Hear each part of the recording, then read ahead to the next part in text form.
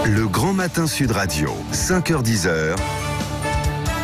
Patrick Roger, Cécile de Minibus. Il est 8h45, merci d'être avec nous ce matin pour ce petit déj de l'actu qui commence déjà à monter en température avec Elisabeth Lévy, Christophe Bordet et Françoise Degois ce matin. Bon, on va parler dans un instant de Mélenchon, les policiers, avec cette qualification de barbare. Françoise Degois en a parlé ce matin dans son édito à 7h20. On en a parlé avec Daniel Obono également, qui a de nouveau tiré, si je puis dire, aussi sur Christophe Castaner. Elle dit que lui ne s'est pas excusé pour des victimes, donc c'est vrai que ça fait causer. Il y a eu aussi une histoire, la réforme des retraites, nous en parlons avec tout à l'heure à 9h15, c'est notre grand débat. Vous pouvez continuer de voter sur l'ensemble des réseaux sociaux, Facebook, Twitter. Alors, ce qui est assez étonnant, c'est que à 70-75%, plus de 77%. On dit que la réforme n'est pas nécessaire, n'est pas forcément indispensable. Bon, alors après, évidemment, la question était cash. Est-ce qu'il faut la revoir ou pas? On va en parler dans un instant. Vous pourrez aussi appeler, évidemment. Et puis, il y a eu cette histoire autour de Greta hier. Vous avez commencé à l'évoquer tout à l'heure, Elisabeth Lévy. C'est le tweet de Bernard Pivot. Vous voulez lui rendre hommage? Oui, moi j'ai trouvé ce tweet délicieux. Je vais peut-être le lire parce que je suis pas sûr. Françoise Degois qui, en revanche, on va en reparler dans un instant, l'a défoncé. Dans ma génération, les garçons recherchaient les petites Suédoises qui avaient la réputation d'être moins coincées que les petites Françaises. J'imagine notre étonnement, notre trouille, si nous avions approché une Greta Thunberg. Eh bien, ce qui m'amuse beaucoup dans ce tweet, c'est que Bernard Pivot blasphème deux religions de l'époque, le féminisme et l'écologie. Et il met les pieds dans le plat. D'abord, je trouve ça assez drôle. C'est probablement ça cache quelque chose d'une vérité, c'est-à-dire qu'au nom du féminisme, tout ce qui relève maintenant de la séduction va être de plus en plus criminel, va être de plus en plus attaqué. Je vois Françoise. Non, je vois Françoise qui mais qu'est-ce que tu peux dire comme connerie? Vous voulez que je vous dise, moi, quand j'entends Bernard Pivot, eh bien, je me dis, vive les vieux mâles. Heureusement qu'on est là parce que vieux mâle blanc, 84 ans. J'ai pas dit blanc, j'ai dit vive les vieux mâles. Alors, mais tu sais qui s'est excusé. Non, mais le problème, c'est qu'il s'est excusé. Il s'est pas complètement excusé parce qu'il a remis une couche. Mais il remet pas du tout une couche, il fait de la post-théorisation. Mais voilà, c'est ça. Il explique qu'il ne faut pas du tout voir un caractère sexuel dans ce qu'il a dit, qu'au contraire, il trouve que Greta Thunberg, alors là, il devient un religieux, il devient un prêtre de Greta Thunberg en disant qu'elle est tellement exceptionnelle, elle a tellement de courage. Elle a tellement de courage que lui-même aurait été d'une certaine manière un peu castré et aurait perdu tous ses moyens face à une jeune fille aussi courageuse. Ça, c'est le deuxième tweet que vous n'avez pas vu, ma chère Elisabeth. Je suis sûr que vous aimez un peu vous parlez de castration, c'est un peu ça. Non, c'est pas ça. Je pense que vous aimez un peu moins Bernard Pivot parce qu'il rend hommage dans son tweet. Il se rend compte qu'il a fait une connerie énorme parce que le vieux schnock, honnêtement. Il rend pas hommage, il fait génuflexion. Non, et voilà, je suis d'accord. Il fait génuflexion, mais il le fait. Mais alors, avec un vibrato, il devient le plus grand défenseur de Thunberg. Ce qu'elle vient de me lire. Ce qu'elle vient de me lire, je dois dire, me désole parce que... Non mais c'est intéressant. Ce qui est intéressant, c'est, je ne sais pas si vous vous rendez compte, que des hommes adultes dans notre pays aient peur de dire ce qu'ils pensent de ces sujets. Ça prouve quand même qu'en termes de liberté, il commence à y avoir un problème. Françoise, on a le droit de ne pas partager vos idées sur le sujet et de les exprimer. On ne peut pas interdire d'expression des gens qui diraient, avant on allait draguer les petites Suédoises et Greta Thunberg, elle ne fait pas envie de la draguer. Or, vous voyez bien, vous venez de me le dire vous-même. C'est dur de disqualifier une gamine qui a 16 ans. C'est Asperger, mais arrêtez, mais ça va pas. Non, mais vous n'allez pas partir là-dessus. Tu vas me dire que c'est la pédophilie, mais c'est ça pour répondre. Attendez, on vous entend pas. Christophe. Non, mais Françoise Degois, si on l'écoute jusqu'au bout, elle va nous dire que c'est de la pédophilie ce qu'il a fait. Oh non, mais c'est ça que vous êtes en train de dire. Mais c'est pas vrai. Mais la gamine. Je dis qu'un mec qui a 84 ans. Moi, on vous entend pas, donc c'est Jean-Paul qu'on va entendre. Allez, Jean-Paul. 0826 300 300. Jean-Paul. Oui, bonjour. Bonjour. Mettez-les d'accord parce que là, non, ça ne marchera pas. Alors, je pense que cette gamine aujourd'hui, elle a une certaine jeunesse, une façon de s'exprimer et tout ça, et c'est très bien. Elle alerte et elle choque le monde. Il faudrait juste que son entourage la modère un peu. Il faudrait pas cramer cette gamine qui porte un vrai message et que cela se retourne encore une fois contre ses idées et contre, je dirais, son activisme. Par contre, ce que moi je dis, j'ai bientôt 50 ans, c'est que bien de jeter nos dirigeants comme ça contre le mur, c'est très bien, ça fait plaisir à tout le monde. On est tous responsables de ce qui se passe, je crois qu'on a un certain savoir, une certaine instruction les uns les autres. Si on ne se prend pas en main tous au quotidien, on sera tous responsables de la catastrophe qui se prépare et qui est déjà là en fait. Donc voilà, c'est 60 ans de débilité, il faut dire ce qui est, d'aveuglement, de course au n'importe quoi.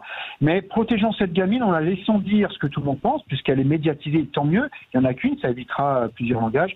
Mais il faut qu'elle se modère, sinon elle va aller à l'encontre du message qu'elle veut porter. Ouais, et Jean-Paul, et d'un mot sur le tweet qu'avait fait hier Bernard Pivot. Je ne sais pas si vous en aviez eu connaissance et ce que vous aviez en fait comme réaction. Dans ma génération, les garçons recherchaient les petites Suédoises qui avaient la réputation d'être moins coincées que les petites Françaises.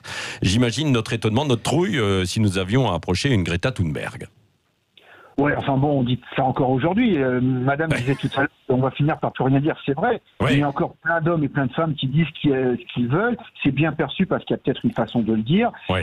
Oui, c'est clair que quand on a 20 ans, on regarde plutôt, je dirais, le fessier et les yeux d'une belle Suédoise que son discours à entendre. Bravo. Mais voilà, pour autant...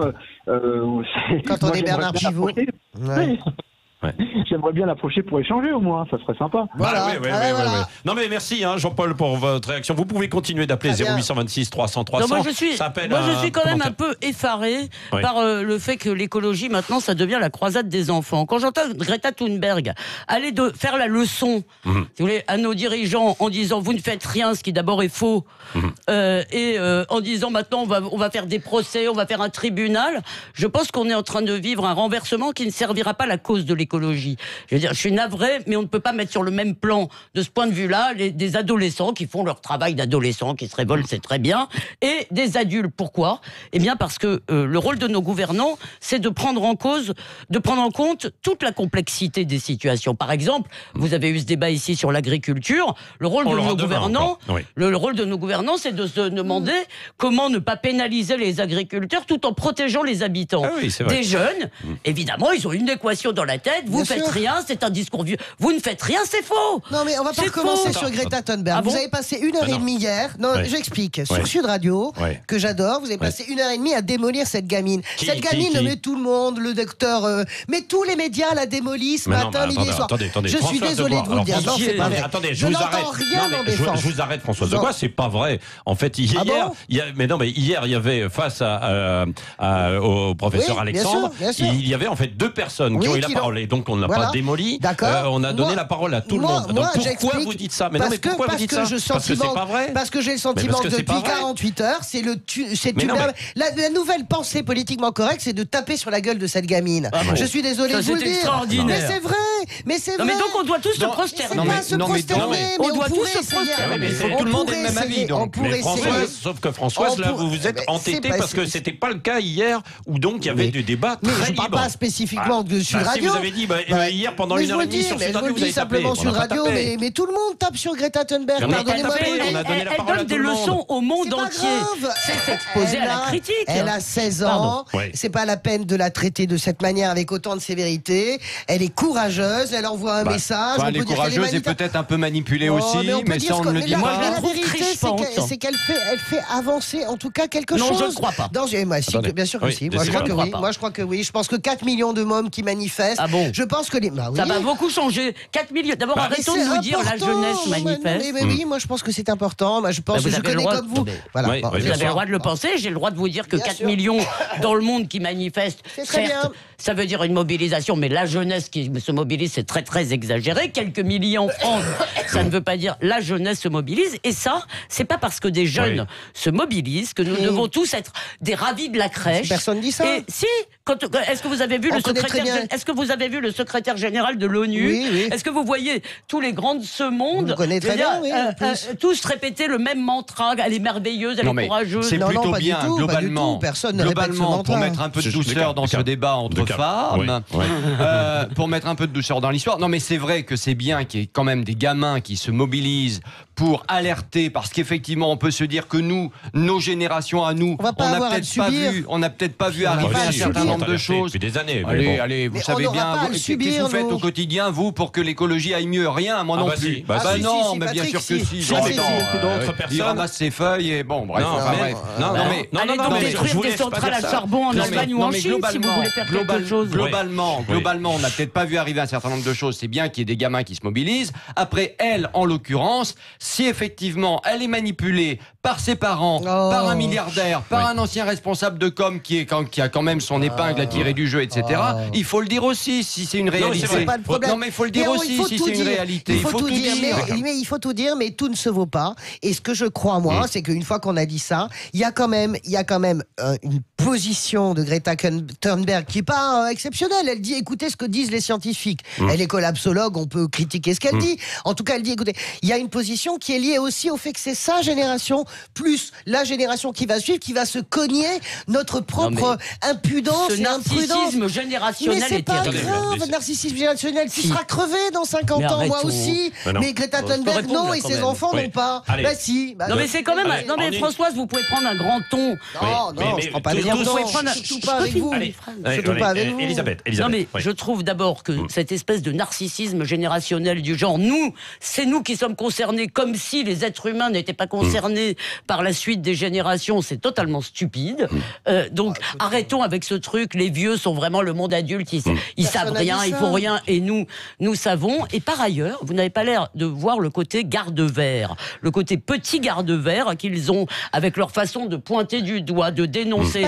Et enfin, pour finir, excusez-moi, si on veut faire quelque chose pour le climat et pour la planète, eh bien allons détruire des centrales au charbon, puisque tous les jours on nous explique, les scientifiques nous expliquent que c'est ça la grosse source d'émissions. Alors arrêtons d'accuser Macron d'être le responsable. En 2022, la France n'aura plus de centrales au charbon. On poursuit le débat. Christophe Bordet. Je vous demande de vous arrêter. Voilà, Christophe Bordet et donc Françoise Degois. On poursuit le débat et Elisabeth Lévy dans un instant, juste après un nouveau point sur l'information à 9h et puis vos appels au 0826 300 300 et tout à l'heure aussi à 9h15 la réforme des retraites. Nous serons aussi en direct de Rodez avec Christine Bouillot et ses invités. On recevra aussi Pascal Perry ici qui sera avec nous en studio, qui a écrit un livre qui a plutôt une pensée libérale pour le coup, mais nous aurons face à lui aussi d'autres opposants. Et à tout de suite. Il est 9h04, c'est la suite du petit déjeuner de l'actu. Françoise de Gaulle, Elisabeth Lévy et Christophe Bordet. Je vous rappelle la question du jour. On parle des retraites ce matin. Oui. Réforme des retraites. La réforme, absolument. Est-ce qu'il faut vraiment une réforme? Est-ce qu'elle est indispensable? Vous dites à 75% non aujourd'hui. Oui, et dans un instant, on sera aussi avec l'ensemble des invités autour de Christine Bouillot pour parler de la réforme des retraites et Pascal Perry qui a écrit ce livre. Retraite, la dernière chance aux éditions. La dernière chance. De l'Archipel. Christine, vous êtes installée, vous étiez avec nous déjà ce matin en direct depuis 7h. Vous êtes où là précisément?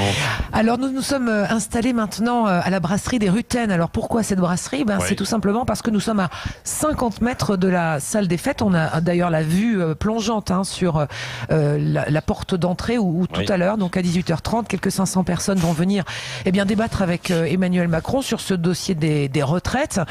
Dossier, on l'a dit, on l'a répété, où le président de la République va devoir faire de la pédagogie. C'est ce qui se dit dans l'entourage de l'Élysée, parce que cette réforme des retraites suscite beaucoup d'interrogations, beaucoup de critiques aussi, donc on va le voir tout à l'heure, avec donc ces 500 personnes. Rappelons-le, alors pour la petite histoire, il y a eu pendant toute la semaine et les préparatifs, d'abord une volonté de choisir, ou en tous les cas de sélectionner les personnes qui pourraient poser les questions, et puis il y a eu marche arrière toute. L'Élysée a laissé faire l'inscription de ces personnes qui pourront poser des questions, qui sont donc inscrites sur le site de Centre Presse, la Dépêche du Midi et Midi Libre, pour venir poser les questions au chef de l'État sur leurs interrogations, leurs questions, leurs avis aussi. Donc tout ça a été finalement, c'est un peu le parlons vrai, j'allais dire, avec Emmanuel Macron de Sud Radio. Non, mais il nous a piqué notre slogan, Emmanuel Macron. Moi, je pense qu'il nous a écoutés, absolument. Mais simplement, il y a une marche, parce que il y a aussi le service d'ordre qui laisse donner l'impression, et c'est vrai que quand on est au cœur ici du dispositif à Rodez, il y a quand même 8000 policiers, gendarmes, CRS pour une ville de 60 000 habitants. C'est pour certains un peu disproportionné d'avoir bouclé le centre-ville de midi à minuit avec des contrôles d'identité. Les gens devront passer avec une pièce d'identité. Il n'y a pas de stationnement possible. Il y a beaucoup de restaurants, beaucoup de cafés, beaucoup de commerçants qui disent et qui ont dit, voilà à quoi ça sert d'ouvrir aujourd'hui, parce que de toute façon, il n'y aura personne dans les rues. C'est l'image d'une ville morte que va sans doute voir Emmanuel Macron aujourd'hui. Mais au Rutten, on peut quand même boire un verre et puis déjeuner, manger, non? Alors ils sont ravis finalement au Rutten parce que c'est quasiment un des seuls établissements qui va rester ouvert toute la journée. La terrasse leur a été cela dit, le temps est pas à se mettre dehors aujourd'hui, mais la terrasse reste ouverte. On dit qu'il allait faire beau. Alors on est à 700 mètres d'altitude quand on est à Rodez, donc il faut un petit peu de temps avant que ça se dégage, donc ça devrait s'améliorer. Pour l'instant le temps est couvert, plutôt brumeux et un peu pluvieux, donc voilà, c'est un temps aveyronné, mais ici on a l'habitude, je dirais. Bon, vous mangerez un petit aligot pour nous, vous nous en rapporterez, parce que on adore ça. Vous connaissez Elisabeth Lévy, François de Gaulle, l'aligot, Christophe Bordet? Oui, c'est bon ça. J'ai vécu à Villefranche-de-Rouergue, moi, mon cher ami. Je connais bien sûr. Donc ça, c'est bon. Et oui, Christine. Simplement, on est à quelques mètres de l'entrée du musée Soulages. N'oublions pas, c'est quand même le peintre français, encore vivant. Il va fêter ses 100 ans au mois de décembre. Et l'ouverture de ce musée. Il est d'une personnalité hors du commun, Soulages, vraiment. Et l'ouverture de ce musée ici, il y a 5 ans, a véritablement bouleversé, on va dire, le tissu économique local avec plus d'1 million de visiteurs. Ils en prévoyaient 500 000. On est à 1 million de visiteurs. Comme quoi, la culture installée dans des endroits auxquels on n'avait pas pensé, finalement, ça fonctionne aussi. Bon, alors c'est vrai, mais il ne faut pas que la culture, même s'il y a effectivement le musée Soulages, on pense par exemple à la filière automobile qui est menacée en fait dans la région, et là, ce serait un coup terrible s'il y avait la fermeture des 2 usines où il n'y avait pas une reconversion qui était envisagée et beaucoup sérieusement. d'agriculteurs en difficulté aussi. Oui, et c'est pour ça, absolument, bien sûr, dans toute la région, et c'est pour ça qu'il y a une réunion importante tout à l'heure en préfecture, normalement, avec les représentants locaux et Bruno Le Maire qui devait se déplacer, et il y aura un mot qui sera évidemment dit à Emmanuel Macron, et je pense que ça va s'inviter dans le débat, même s'il est seulement sur les réformes. Est-ce qu'on parlera de l'autre polémique en fait du jour? Françoise Degois, les policiers sont des barbares, c'est ce qu'il a dit Jean-Luc Mélenchon dans une conversation avec un manifestant. Je pense quand même qu'il y a. J'ai bien entendu que Christophe Castaner réfléchit encore et donc il ne va pas porter plainte à l'évidence contre Jean-Luc Mélenchon. Il demande au procureur de la République de Paris de regarder s'il y a moyen de porter plainte. Ça veut dire qu'il se défausse. Oui, ça veut dire qu'il se défausse. Je suis assez d'accord. Bon, ça veut dire qu'il y a peut-être une volonté de baisser, etc.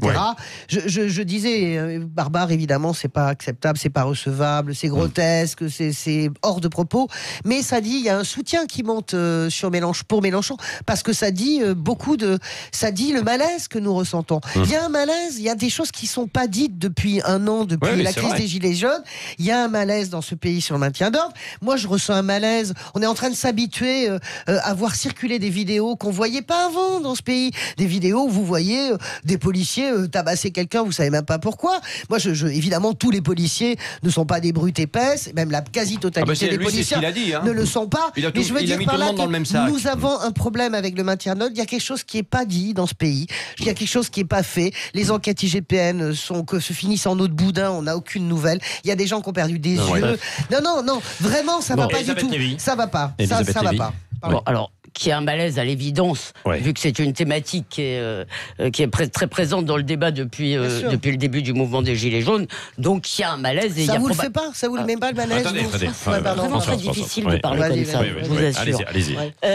Je sais plus où j'en étais. Il y a un malaise. Oui, donc il y a probablement des moyens techniques qui n'étaient pas adaptés au départ face à une situation nouvelle. Mais je voudrais rappeler à Françoise et à Jean-Luc Mélenchon, vous savez que je n'aime pas joindre au Mélenchon bashing, parce que par ailleurs c'est quelqu'un Mélenchon, c'est un type qui est inscrit dans notre histoire, même si je partage pas ses idées. Mais là je dois dire que on trouve tous qu'il est un peu qu'il ne se sert pas lui-même. Mais il y a un truc que je voudrais leur dire, et je suis sûr que vous connaissez tous les deux le texte de Pasolini qui se trouve dans les Écrits corsaires, où Pasolini explique, si vous voulez, en parlant des grandes manifestations des années 70, et il dit, entre les manifestants et les policiers, les enfants du peuple ne sont pas là où l'on croit. C'est-à-dire, c'était des jeunes bourgeois, en fait. Là, c'est sûr, c'est les années plan en Italie. Voilà. Et de l'autre côté, vous avez les enfants du peuple. Je rappelle que les policiers sont très souvent, ce sont les classes populaires que beaucoup partagent d'ailleurs des préoccupations des Gilets jaunes et qu'on leur fait faire depuis un an un boulot incroyable, d'autant plus que je vous rappelle que nous avons le terrorisme. Donc c'est quand même leur tomber dessus. Je pense que les problèmes de maintien de l'ordre sont aussi liés à une situation exceptionnelle qui est devenue la norme. D'accord avec vous, mais pas d'accord sur Pasolini. Vous confondez, vous parlez de choses qui... On n'est pas dans les années de plomb de ce que vous dites. N'empêche que les policiers sont toujours les enfants du peuple. Mais pas toujours. En tout cas, dans le cas de l'Italie, c'était la bourgeoisie romaine qui manifestait. On est tout à fait d'accord. Là, je suis pas tout à fait... J'ai pas dit que c'était la bourgeoisie de l'autre côté. Je dis, n'oublions pas que quand Mélenchon, qui n'a que le peuple à la bouche, qu'il n'oublie pas. Oui, que les policiers, ce sont des gens. D'ailleurs, il y a sûrement des policiers qui ont voté pour lui à plusieurs reprises ou à de nombreuses reprises. Non, mais moi, je suis un peu triste pour Mélenchon, à vrai dire, parce que effectivement, pour l'avoir quand même rencontré, côtoyé comme vous tous, eh bien, on est quand même admiratif quand on parle avec lui de ce tribun. Il a de la profondeur, il a des choses à dire. On n'est pas forcément d'accord avec lui, mais en tout cas, voilà, on peut partager des discussions franches et intéressantes. Le problème aujourd'hui avec Mélenchon, c'est qu'il va véritablement beaucoup trop dans l'excès et qu'il y laisse des plumes. Il suffit de regarder les sondages qui paraissent comme celui de la semaine dernière où il y avait quand même 72% des personnes interrogées qui disaient que l'image qu'ils avaient de Mélenchon était pas bonne. Il suffit de se rappeler quand même le résultat des européennes pour Mélenchon ou pour la France insoumise qui n'était pas excellent non plus, en tout cas par rapport à la présidentielle. Donc je pense que en fait ce qui est en train de se passer, c'est que Mélenchon, oui, il continue d'aller dans l'excès, il va de plus en plus dans l'excès, il devient incontrôlable et même des communistes. Alors là je parle de communistes, je parle pas de gens de la France insoumise avec qui j'ai pu parler hier, mais bon, qu'ils l'aimaient bien, qu'ils soutenaient un peu, etc., me disent aujourd'hui, c'est terminé, on ne peut pas. Donc ça veut dire que l'union des extrêmes gauches, en quelque sorte, pour les scrutins à venir, par exemple, des gens on oublie, parce qu'il en a été question il y a quelques semaines, là c'est terminé, il n'y aura pas, parce qu'ils peuvent plus le voir en peinture, mais non, mais qu'est-ce qui est en train de se jouer? C'est la suite de Mélenchon. Ce qui est en train de se jouer, c'est la suite de Mélenchon.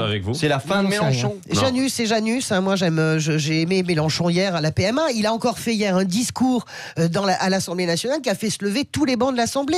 Les gens de la droite à la gauche disent voilà, Mélenchon est capable en philosophie politique, exactement ce que disait Elisabeth, il fait partie de notre histoire, il est plus qu'un tribun. Il est très marseillais. Il a une passion pour la République aussi. Il est très tricolore. Moi j'aime ça aussi. Mais je ne sais pas du tout où ça ira. Mais je pense qu'il n'est pas mort. Moi pas du tout. Non, il ne faut jamais enterrer un politique. Non, il a bien amoché, mais il n'est pas mort. Non, mais au sein de la France insoumise, tout le monde n'est pas d'accord sur Mélenchon. Oui, merci. On en reparlera dans les débats, sans doute avec Valérie Expert aussi, tout à l'heure entre 11h et midi, et ce soir. Ah c'est fini. C'est dommage, moi j'aimais bien. Et le temps passe vite avec vous. Non, j'adore être avec Elisabeth et avec Bordet. On devrait faire ça tous les jours. Vous savez quoi? Elle est super. Alors c'est pas comme vous. Allez prendre un café et sortez-moi de là.